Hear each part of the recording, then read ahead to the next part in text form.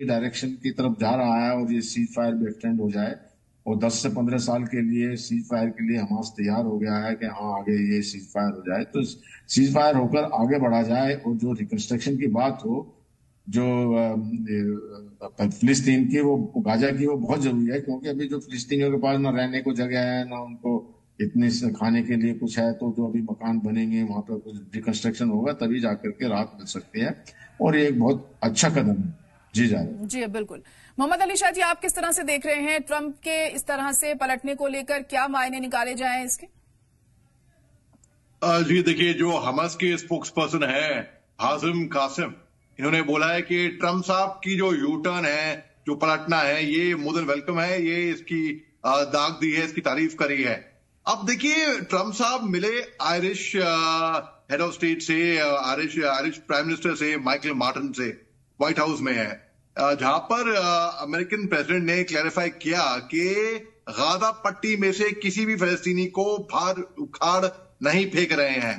ऐसा उन्होंने बोला है। लेकिन ये एक कॉन्ट्री है कि जो उन्होंने पहले जो बयान किया था कि एक यूएस एडमिनिस्ट्रेड गाजा और रीसेटलमेंट का एक जो प्लान बताया था, उसमें फलस्तीनी पॉपुलेशन जो बाहर के बाकी मुल्कों में है, जैसे कि जॉर्डन वहां पर जाएगी या इजिप्ट वहां पर जाएगी। अब ये जो शिफ्ट है, ये ग्रोइंग डिप्लोमेटिक एफर्ट्स का एक नतीजा इसको मैं कह सकता हूं, क्योंकि बहुत सी वेस्टर्न पावर्स ने इसको वेलकम नहीं किया था। तो बात ऐसी है कि अब जब ह्यूमैनिटेरियन क्राइसिस आता है, इंसानियत की बात आती है, सबसे ऊपर इंसानियत होती है, सबसे ऊपर कोई पक्ष वक्ष नहीं रखता यहाँ पर। और यहाँ पर एक जब गाजा रिकंस्ट्रक्शन का और प्लान बना, 5 साल का प्लान, जहाँ पे 6 महीने से लेके 12 महीने में, यानी कि तकरीबन 1 साल के अंदर इतने घर तैयार होने होंगे। तो अरब फॉरेन मिनिस्टर्स वो कतर में मिले, अमेरिकन मिडिल ईस्ट एनवॉय हैं स्टीव विटकॉफ से।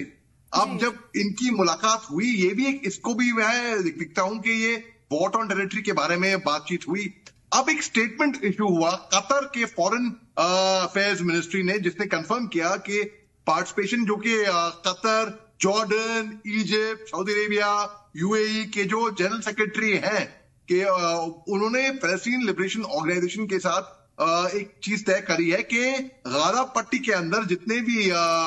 लोग हैं वो वहीं रहेंगे। और अमेरिका, क्योंकि डोनाल्ड ट्रंप देख रहे थे कि गाजा एक बड़ी अच्छी टूरिस्ट डेस्टिनेशन बन सकती है, और प्रेसिडेंट अब्बास साहब ने भी ये पहले कहा था कि कुछ नहीं बचा गाजा पट्टी में, सब जल के राख हो गया है, सब खत्म हो गया है, सब खाक हो गया है। लेकिन अब देखिए, डोनाल्ड ट्रंप साहब के जो इरादे थे पहले और अभी में काफी तब्दीली हम देखने को मिल रही है। ये सब यू टर्न जो है, ये सब अभी इसी का नतीजा होगा, क्योंकि कई सारे ये मीटिंग हुई हैं, कई सारे लोग इस पक्ष में नहीं है। तो डोनाल्ड ट्रंप साहब के ऊपर भी प्रेशर होगा, बाकी देशों का, और डिप्लोमेटिक प्रेशर भी होगा कि जिस तरीके से गाजा पट्टी है उस पर ज्यादा छेड़छाड़ी नहीं की जाए उसके ऊपर। मोहम्मद अली शाह जी, ऐसे में कहीं ना कहीं इजराइल पर दबाव बनाने के लिए अमेरिका की तरफ से कुछ करा जा सकता है क्या ऐसे में?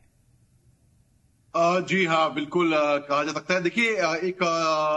पॉलिटिकल एडवाइजर है हमास लीडरशिप के, तहर अल नोनो, इन्होंने ये कंफर्म किया है कि डिस्कशन जो हुए थे, तहर अल नोनो ने ये कहा है कि जब डिस्कशन हुए थे तो उसमें इंक्लूड हुआ था कि एक रिलीज, एक अमेरिकन इजरायली डुअल नेशनल जो कि गाजा पट्टी के अंदर जो उनको रखा हुआ था, तो वो उनको रिलीज के लिए यहाँ पे बात हुई थी। और वो एक फेज इंप्लीमेंटेशन था सीज फायर का, जो कि हमास और इजराइल के बीच में हुआ था। अब जो 42 डेज का जो पहला फेज का सीज फायर था वो एक्सपायर हो चुका था, वो इस महीने के शुरुआत में। अब जो अग्रीमेंट सब्सिक्वेंट स्टेजेस में हो रहे हैं, वो अग्रीमेंट हो रहे हैं, और जो पिछले 12 दिनों से जो ब्लॉकेड था गाजा पट्टी से, उसमें थोड़ी तब्दीली आई है। जैसे कि रिस्ट्रिक्शन, वो एंट्री हुआ था फूड, खाने पीने का, तेल, फ्यूल का, मेडिकल सप्लाईज का, वो मूव जो कि वाइडली कंडेम किया था, जो एक्ट ऑफ कलेक्टिव पनिशमेंट थी कि भाई आप गाजा पट्टी को आप ब्लॉक नहीं रखेंगे। तब तक इतने में क्या हुआ, जो OIC है, ऑर्गेनाइजेशन ऑफ इस्लामिक कॉर्पोरेशन है, उसने फॉर्मली बैक किया एक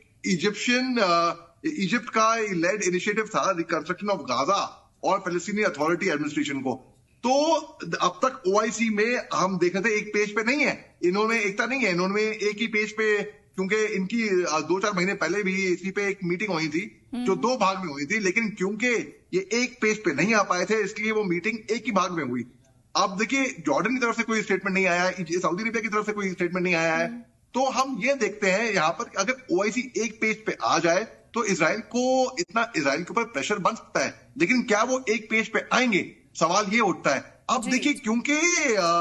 डोनाल्ड ट्रंप के ऊपर इतना प्रेशर था बाकी मुल्क से, ओआईसी से ही नहीं, वेस्टर्न पावर से भी, तो उन्होंने गाजा पट्टी का प्लान अभी उसमें इसलिए यू टर्न कर रखा है, और इसी के लिए ही अभी फिलहाल हम देख सकते हैं कि शायद हो सकता है कि एक और फेज आए सीज फायर की गाजा पट्टी के अंदर। जी बिल्कुल, अब देखना होगा कि क्या होता है आगे। सबकी नजरें इसी बात पर टिकी होंगी। फिलहाल आप दोनों का बहुत शुक्रिया हमारे साथ जुड़ने के लिए।